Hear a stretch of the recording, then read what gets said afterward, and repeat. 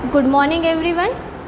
Today we are going to start our another topic which is nothing but the application of potentiometer. जो भी हमारा last lecture था उस last lecture में हमने एक एप्लीकेशन को सॉल्व कर लिया था which is nothing but the comparing EMF of the two cell by using the individual method as well as sum and difference method. उसको हम थोड़ा सा रिवाइज कर लेते हैं और बाद में हम स्टार्ट करेंगे जो हमारा आज का टॉपिक है which is nothing but the internal resistance of the cell. अब देखो जो भी हमारा लास्ट एप्लीकेशन था जो क्या था comparing EMF of the two cell, वो आपको डिस्क्रिप्शन बॉक्स में मिल जाएगा तो आप वो अच्छे से देख लो. ठीक है. सो जो भी हमारा comparing EMF of the two cell था जहाँ पे हमने क्या किया था, दो EMF को कंसिडर किया था, मतलब कि हमने दो सेल कंसिडर किए थे जिसको हमने नाम दिया था E1 एंड E2. और फिर जाके उसको हमने सॉल्व किया तो हमें उसका इक्वेशन क्या मिला, E1/A2 is equals to L1/L2. But ये बताने के पहले मैंने आपको बताया था कि E1 is equals to E2 कब रहेगा, when no current flowing through the galvanometer. जब गैल्वेनोमीटर में से किसी भी तरीके का करंट फ्लो नहीं होता, मतलब I इज इक्वल्स टू क्या होता है, 0 होता है, तब हमें क्या कंडीशन मिलती है, E इज इक्वल्स टू क्या मिलता है, V मिलता है. क्लियर है. और सेकेंड हमने देखा था when I is not equals to 0 तो V हमारा इक्वल होता है किसके साथ, V के साथ. तो उसमें से हमने सिर्फ फर्स्ट कंडीशन का यूज़ किया था when I is equals to 0. It means that when no current flowing through the galvanometer तो हमारी जो EMF होता है वो EMF इक्वल होता है किसके साथ, पोटेंशियल डिफरेंस के साथ बिटवीन द टू टर्मिनल्स. ठीक है.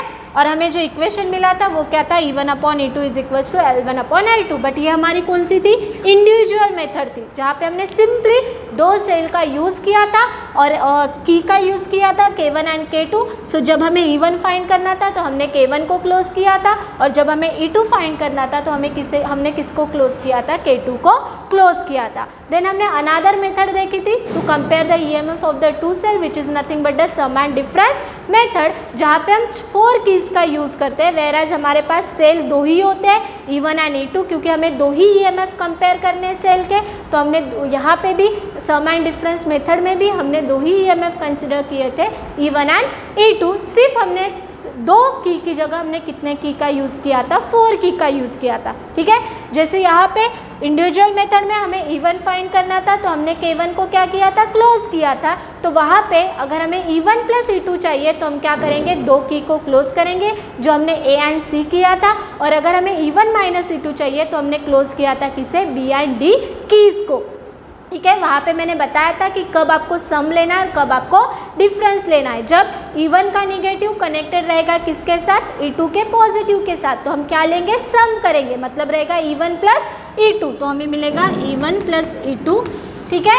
और डिफरेंस हमें कब लेना है, जब E1 का निगेटिव कनेक्टेड रहेगा किसके साथ, E2 के निगेटिव के साथ. तो वहाँ पे हम क्या करेंगे, E1 माइनस E2. फिर इस यहाँ से हमें क्या मिले थी, बैलेंसिंग लेंथ मिली थी. तो डायरेक्टली हमें फॉर्मूला मिला L1 plus L2 divided by L1 minus L2. यहाँ पे हमने प्रॉपर्टी यूज़ की थी componendo and dividendo. By using this property हमें जो EMF मिले थे वो कितने थे, E1/A2 is equals to L1 plus L2 divided by L1 minus L2. So these are the two method to compare the EMF of the given cell. ठीक है. आप चाहे तो इंडिविजुअल मेथड यूज़ करो या फिर हम कौन सी मेथड यूज़ कर सकते हैं, sum and difference method. So this is the first application जो हमने ऑलरेडी क्या कर चुके हैं, हम देख चुके हैं. आज हम अनदर एप्लीकेशन देखने वाले पोटेंशियोमीटर का which is nothing but the internal resistance of the cell. अब देखो ये जो भी सेल होता है, सेल मतलब आपकी जो बैटरी, ठीक है, या फिर EMF भी हम बोल सकते हैं. ये जो भी सेल होता है उस सेल का क्या होता है, खुद का इंटरनल रेजिस्टेंस होता है. तो अभी तक हमने देखो ओहम्स लॉ का यूज़ करके हमने क्या फाइंड किया, एक्सटर्नल रेजिस्टेंस की वैल्यू फाइंड किया. अगर कोई सर्किट है वहाँ पे एक्सटर्नल रेजिस्टेंस की वैल्यू अगर हमें निकालना है, आपको वोल्टेज और करंट की वैल्यू अगर पता है तो we can easily find out the value of resistance by using which law, by using Ohm's law. क्योंकि हमें ओहम्स लॉ का फॉर्मूला पता है. ओहम्स लॉ क्या होता है, V is equals to IR. But यहाँ पे अब आपको एक्सटर्नल वैल्यू निकालनी है क्या, नहीं, हमें इंटरनल रेजिस्टेंस निकालना है. मतलब हमें स्मॉल r की वैल्यू कैलकुलेट करनी है जो किसके साथ कनेक्टेड रहता है, सेल के, सॉरी किसके अक्रॉस होता है, सेल के अक्रॉस होता है. तो ये वैल्यू हम फाइंड करेंगे इंटरनल रेजिस्टेंस की bye using the potentiometer. But वो फाइंड करने के लिए पहले हम देखते हैं कि उसको सॉल्व हम कैसे करेंगे सिंपल वे में. देखो सपोज हमारे पास एक कंटेनर है और इसमें 2 इलेक्ट्रोड्स है, दीज आर द 2 इलेक्ट्रोड, और यहाँ पे क्या है, इलेक्ट्रोलिटिक सॉल्यूशन।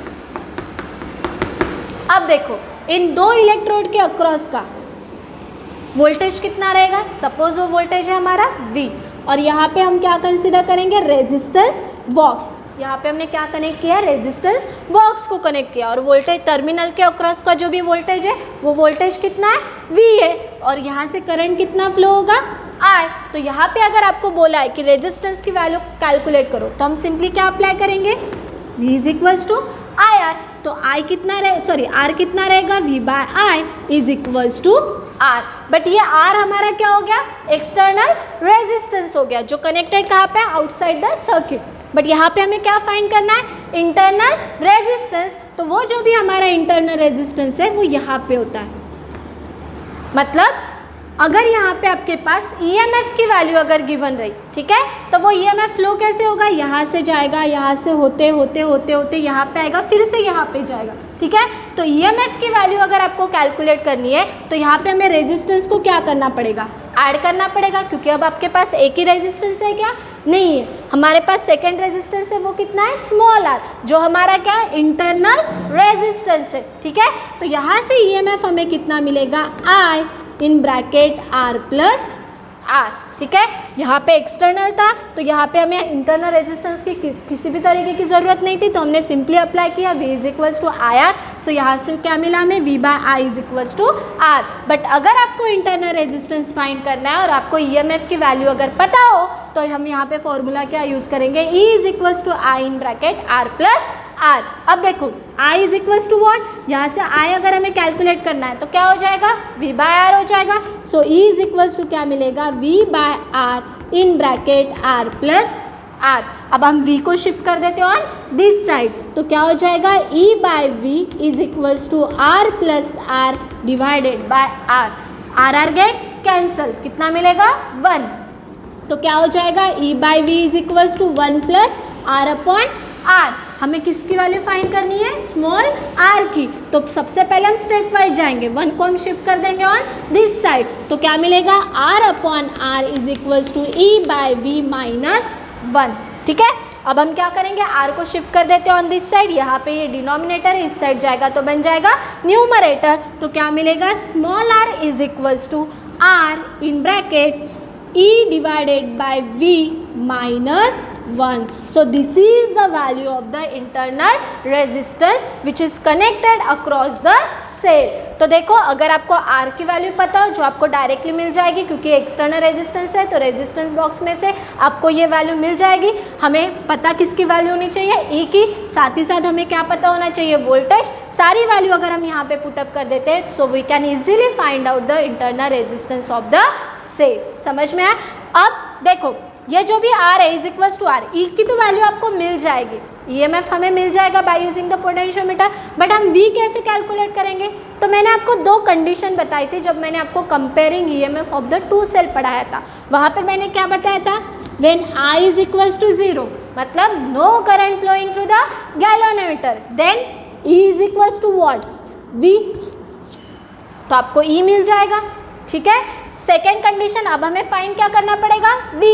तो V हमें कैसे मिलेगा, we know that when I is not equals to 0 मतलब some amount of current is flowing through the galvanometer, then V is equals to क्या रहेगा, V रहेगा। मतलब जो भी हमारा टर्मिनल पोटेंशियल है वो इक्वल रहेगा किसके साथ, वोल्टेज के साथ, मतलब पोटेंशियल डिफरेंस के साथ। तो ये 2 कंडीशन का हम यूज करेंगे। First condition, when no current flowing through the, to calculate the value of E, तो क्या रहेगा, गैल्वेनोमीटर में से किसी भी तरीके का करंट फ्लो नहीं होना चाहिए, मतलब I इज इक्वल्स टू क्या होना चाहिए, 0, तो हमें मिल जाएगा E is equals to V।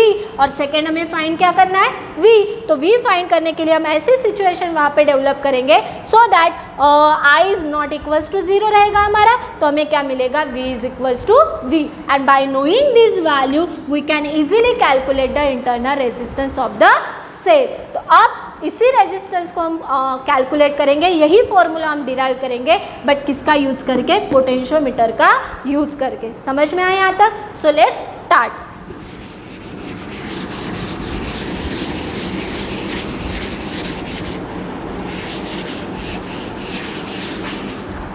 So this is the circuit of the internal resistance of the cell by using what? Potentiometer. क्यों पोटेंशियोमीटर का यूज़ कर रहे हैं? क्योंकि this is the application of potentiometer. हम पोटेंशियोमीटर का यूज़ वोल्टेज पोटेंशियल डिफरेंस भी major करने के लिए यूज़ करते हैं. साथ ही साथ ईएमएफ कंपेयर अगर करना तो उसके लिए भी पोटेंशियोमीटर का यूज़ होता है. और साथ ही साथ अगर आपको किसी भी सेल का इंटरनल रेजिस्टेंस अगर कैलकुलेट करना तो वहाँ पे भी वो आप कैलकुलेट कर सकते हो by using potentiometer. So there are so many applications of potentiometer. ठीक है, अब यहाँ पे देखो, this is the circuit of potentiometer. ये हमारा हो गया potentiometer wire.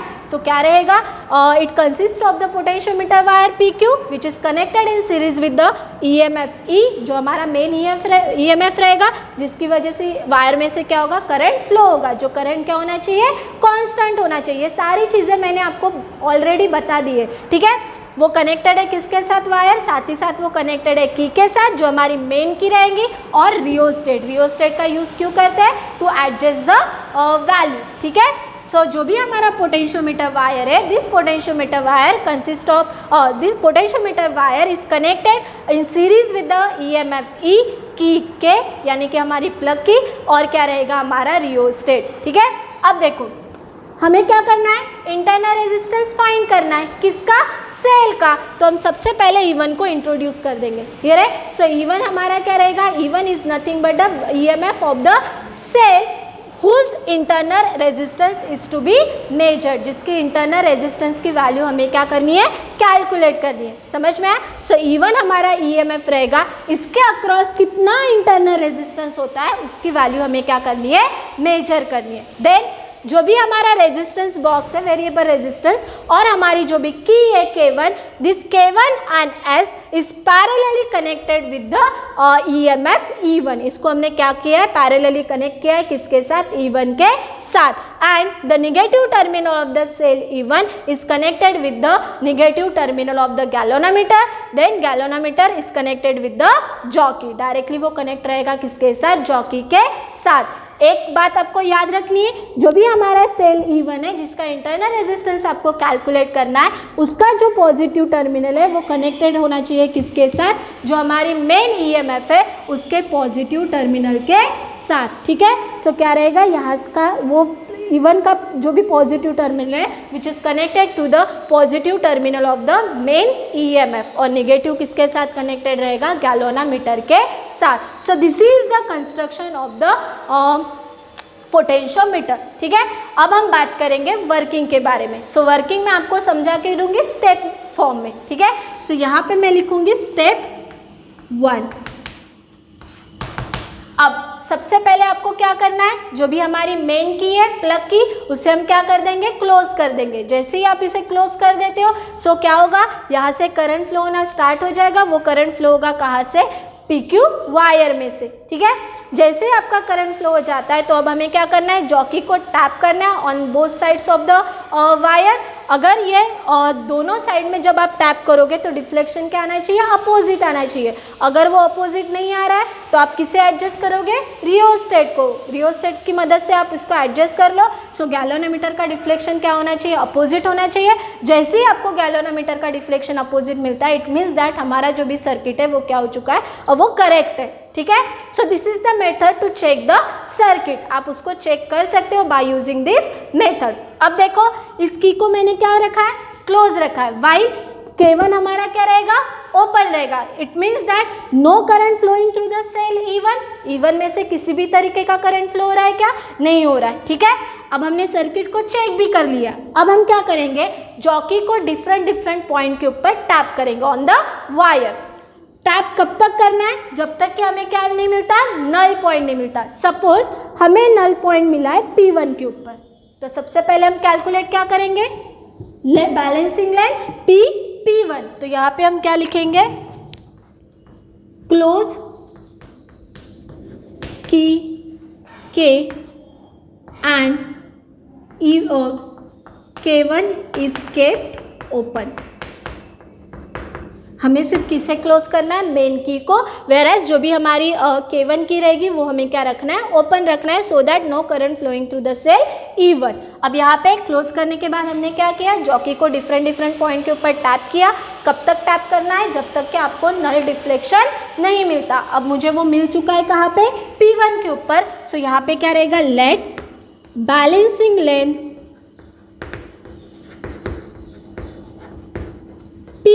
P1 is equals to L1। ठीक है, अब देखो यहाँ से किसी भी तरीके का करंट फ्लो होगा क्या, नहीं होगा। क्यों नहीं होगा, क्योंकि आपको क्या मिला है, galvanometer shows the null deflection. It means that I is equals to 0, और जब I इज इक्वल्स टू 0 होता है तब E इज इक्वल्स टू क्या होता है, V होता है। तो यहाँ पे क्या हो जाएगा, देयरफॉर यहाँ पे आप रीजन हम ब्रैकेट में लिख लेंगे। So E is equals to क्या हो जाएगा, VP1।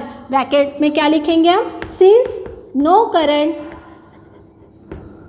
Flowing through E।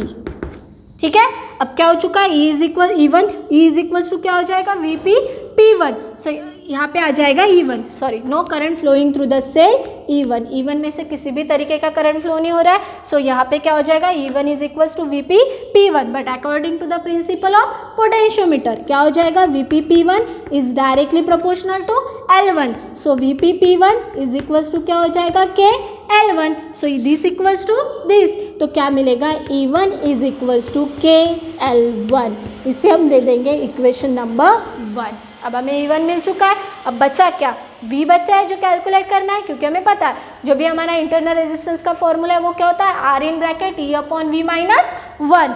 अब ये फाइंड करने के लिए हम यहाँ पे लिखेंगे स्टेप 2। अब हम क्या करेंगे, इस K1 को क्लोज कर देंगे। ठीक है, इसको क्लोज करना है और ये तो हमारी क्लोज ही रहेगी, समझ में आया। सबसे पहले हम क्या करेंगे, रेजिस्टेंस बॉक्स में से एक सुटेबल रेजिस्टेंस की वैल्यू हम इंट्रोड्यूस कर देंगे। ठीक है, जैसे ही ये वैल्यू हम निकाल लेते हैं, K1 को हमें क्या करना है, क्लोज करना है। अब देखो E1 में से करंट फ्लो होना स्टार्ट हो जाएगा। ठीक है, क्योंकि हमने इस की को क्या रखा है, क्लोज किया है। सो यहाँ से क्या होगा, E1 में से करंट फ्लो होगा। करंट फ्लो होने के बाद हम क्या करेंगे, फिर से जॉकी को टैप करेंगे डिफरेंट पॉइंट्स के ऊपर। कब तक टैप करना है, जब तक कि आपको क्या नहीं मिलता, नल डिफ्लेक्शन नहीं मिलता। सपोज वो आपको मिला है कहाँ पे, P2 के ऊपर। तो यहाँ से हम क्या फाइंड करेंगे, बैलेंसिंग लेंथ फाइंड करेंगे, जो कहाँ से कहाँ तक रहेगी, P से लेके P2 तक। तो यहाँ पे हम क्या लिखेंगे, क्लोज की K1। तो यहाँ पे क्या रहेगा, let balancing length P2 is equals to कितना रहेगा, L2। अब आपको बैलेंसिंग लेंथ मिल चुकी है, बट यहाँ पे I इज इक्वल्स टू 0 रहेगा क्या, नहीं रहेगा। क्यों नहीं रहेगा, because the current is flowing through the cell E1। और जब I is not equals to 0 होता है तब क्या होता है, V is equals to what, V होता है। ठीक है, क्योंकि फर्स्ट कंडीशन में हमने देखा है E इज इक्वल्स टू क्या हुआ, E is equals to V। क्यों हुआ, because since no current flowing through the cell E1। But अब यहाँ पे मैंने जैसे इस की को हम क्लोज कर देते हैं और यहाँ से अगर हम सुटेबल रेजिस्टेंस की वैल्यू अगर निकाल देते हैं, सो E1 में से क्या हो रहा है, करंट फ्लो हो रहा है। अगर E1 में से करंट फ्लो हो रहा है तो I इज इक्वल्स टू 0 रहेगा क्या, नहीं, I क्या रहेगा, नॉट इक्वल्स टू 0। और अगर आपका I is not equals to 0 है तो V इज इक्वल्स टू क्या रहेगा, V रहेगा। तो यहाँ पे हम क्या लिखेंगे, therefore VP1 is equals to क्या रहेगा, V रहेगा। ठीक है, रीजन क्या रहेगा, because current is flowing through the cell E1। तो हमें यहाँ से क्या मिलेगा, पोटेंशियल डिफरेंस मिलेगा, टर्मिनल पोटेंशियल मिलेगा। So this terminal potential VP1 is equals to क्या रहेगा, V रहेगा। ये वैल्यू मिल चुकी है। अब VP1 इज इक्वल्स टू कितना है, L2। सो यहाँ sorry, according to the principle of potentiometer VP2 is directly proportional to L2। So VP2 is equals to कितना रहेगा, KL2। सो यहाँ से this equals to this, so V is equals to कितना मिलेगा, KL2। इसे हम दे देंगे इक्वेशन नंबर 2। अब हम क्या करेंगे, divide equation 1 with respect to 2। तो क्या मिलेगा, therefore divide equation 1 by 2 we get. So यहाँ से हमें क्या मिलेगा, E1 divided by V is equals to K L1 divided by K L2, this gets cancel, so E1 upon V is equals to कितना रहेगा L1 अपॉन L2, ठीक है। But ये तो हो गया E1 और V की वैल्यू, बट हमें फाइंड क्या करना है, इंटरनल रेजिस्टेंस। तो अब यहाँ पे देखो, सबसे पहले हम किसकी वैल्यू कैलकुलेट करेंगे, करंट की। क्यों करंट की वैल्यू, अभी तक हमने करंट की वैल्यू कैलकुलेट की क्या, नहीं की। हमने comparing EMF of the two cell भी देखा by using individual method as well as sum and difference method, but वहाँ पे जो भी हमारा करंट था वो फ्लो हो रहा था क्या, नहीं हो रहा था। I इज इक्वल्स टू कितना था, 0। तो सिंपली हमने कौन सी कंडीशन यूज़ की, ये वाली, E1 is equals to VP P1। But अब यहाँ पे क्या हो रहा है, because of this resistance current is flowing through the cell E1, so यहाँ पे I is not equals to 0, so V is equals to V। तो यहाँ पे कंडीशन हमने क्या लिखी, VP P2 is equals to V। तो अब हमें पता करना पड़ेगा कि कितना करंट फ्लो हो रहा है इस सेल में से, ठीक है। तो अब हम वैल्यू कैलकुलेट करेंगे किसकी, करंट की। तो यहाँ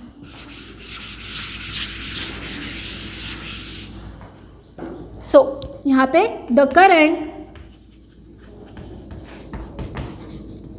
flowing through E1 is given by कितना रहेगा, I इज इक्वल्स टू क्या रहेगा, E divided by R plus R। अब यहाँ से E1 divided by R plus R, क्योंकि ये करंट फ्लो हो रहा है किस में से, E1 में से। अब यहाँ से अगर E1 की वैल्यू कैलकुलेट करनी है तो इस टर्म को हम शिफ्ट कर देंगे ऑन दिस साइड, ये डिनोमिनेटर में इस साइड जाएगा तो बन जाएगा न्यूमरेटर। सो क्या मिलेगा, E1 is equals to I in bracket R plus R, but according to the ohm's law V is equals to IR। इन दोनों इक्वेशन को हम डिवाइड कर लेते तो क्या मिलेगा, E1 upon V is equals to I R plus R divided by IR। I get cancel, यहाँ से R भी क्या हो जाएगा, कैंसल, बचेगा क्या, 1 plus R divided by R। So क्या रहेगा, E1 upon V is equals to 1 plus small r divided by capital R। मिल चुकी है आपको स्मॉल r, यहाँ पे मिल चुका है हमें, क्लियर है। अब इसको हम फर्दर सॉल्व करते हैं, but E1 upon V is equals to what, L1 upon L2। So ये वैल्यू हम पुटअप करेंगे यहाँ पे, तो हमें क्या मिलेगा,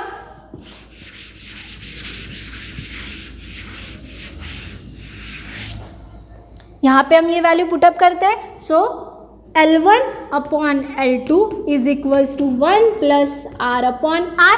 1 को हम शिफ्ट कर देते हैं ऑन दिस साइड, यहाँ पे ये प्लस है, इस साइड जाएगा तो बन जाएगा माइनस। तो क्या मिलेगा, small r upon capital R is equals to 1 minus L1 upon L2। R को शिफ्ट कर देते हैं on this side, so small r is equals to capital R in bracket 1 minus, sorry ये उल्टा हो गया हमारा, यहाँ पे 1 जाएगा तो रहेगा L1 अपॉन L2 माइनस 1। तो क्या मिलेगा, L1 upon L2 minus 1, but L1 upon L2 is equals to what, E1 upon V। So small r is equals to capital R in bracket E1 upon V is equal, sorry E1 upon V minus 1। So this is the value of the internal resistance of the cell. अब बच्चा E1 कैसे निकालोगे, तो E1 आपको मिल जाएगा balancing line L1 से, V आपको कैसे मिलेगा, बैलेंसिंग लाइन L2 से। इन दोनों की वैल्यू आप पुटअप कर दो, उसको सब्ट्रैक्ट कर दो 1 में से, और ये तो हमें कहाँ से मिलेगा, यहाँ से हम क्या करने वाले, एक सुटेबल रेजिस्टेंस की वैल्यू पहले ही निकालने वाले, तो ये वैल्यू भी आपके पास गिवन रहेगी। सो सारी वैल्यू को अगर हम पुटअप कर देते हैं, so we can easily find out the internal resistance of the cell. तो इस वैल्यू को हम कैलकुलेट कर सकते हैं by using what, potentiometer. So these are the applications of potentiometer. First application, हमने ऐसे बहुत सारे एप्लीकेशन है बट आपके बुक में 2 ही दिए है, सो मैंने यहाँ पे 2 ही एप्लीकेशंस को आपको पढ़ाया। सो फर्स्ट हमारा क्या था, comparing EMF of the two cell by using the individual method and sum and difference method, और सेकेंड हमारी आज का एप्लीकेशन था वो क्या था, internal resistance of the cell. तो यहाँ पे आपका पोटेंशियोमीटर जो टॉपिक था वो खत्म हो चुका है, बट इसके ऊपर 2 मार्क के लिए आपको क्वेश्चंस आते हैं, advantages of potentiometer over volt meter, और साथ ही साथ आते हैं disadvantages of potentiometer over the volt meter. So अगर आपको एडवांटेजेस बताने हैं तो हम एडवांटेजेस क्या बताएंगे। फर्स्ट एडवांटेजेस हमारा क्या रहेगा, वोल्ट मीटर का यूज़ किया जाता है to measure the high voltage, ठीक है। और पोटेंशियोमीटर का यूज़ किया जाता है to measure the small potential difference के लिए। अगर आपको पोटेंशियोमीटर के एक्यूरेसी को अगर इंक्रीज करना तो वो इंक्रीज कैसे होती है, बाय इंक्रीजिंग द लेंथ। अगर हम बैलेंसिंग लेंथ को इंक्रीज कर देते हैं तो पोटेंशियोमीटर की जो एक्यूरेसी है वो भी क्या होती है, साथ ही साथ इंक्रीज होती है। So this are the advantages. अगर हमें डिसएडवांटेजेस के बारे में बात अगर करनी हो, सो वोल्टमीटर हमारा क्या है, पोर्टेबल डिवाइस है, वेयर एज पोटेंशियोमीटर हमारा पोर्टेबल है क्या, नहीं है। और साथ ही साथ वोल्टमीटर हमारा कॉम्पैक्ट डिवाइस है as compare to potentiometer. Disadvantages हम क्या बोल सकते हैं पोटेंशियोमीटर का, पोटेंशियोमीटर का हम यूज सिर्फ किस लिए कर सकते हैं, to measure the small potential difference. But कई कई जगह ऐसे होते हैं कि हमें लार्ज पोटेंशियल डिफरेंस को भी मेजर करना पड़ता है, तो वहाँ पे हम पोटेंशियोमीटर का यूज़ कर सकते हैं क्या, नहीं, वहाँ पे हमें किसका यूज़ करना पड़ेगा, वोल्टमीटर का ही यूज़ करना पड़ेगा। So these are the advantages and disadvantages of potentiometer over the voltmeter. Hope आपको ये दोनों भी टॉपिक समझे होंगे। जो भी हमारा नेक्स्ट टॉपिक है which is nothing but the galvanometer, जहाँ पे हम गैल्वेनोमीटर का कन्वर्जन देखेंगे एमीटर में, साथ ही साथ हम गैल्वेनोमीटर का कन्वर्जन देखेंगे किसमें, वोल्टमीटर में। वो जो भी हमारे दो टॉपिक्स है वो हम हमारे नेक्स्ट लेक्चर में कवर करेंगे। तब तक के लिए इस टॉपिक को अच्छे तरीके से स्टडी करो और जो भी आपको डाउट्स होंगे वो आप डाउट्स कमेंट बॉक्स में मुझे लिख के भेज सकते हो। So thank you.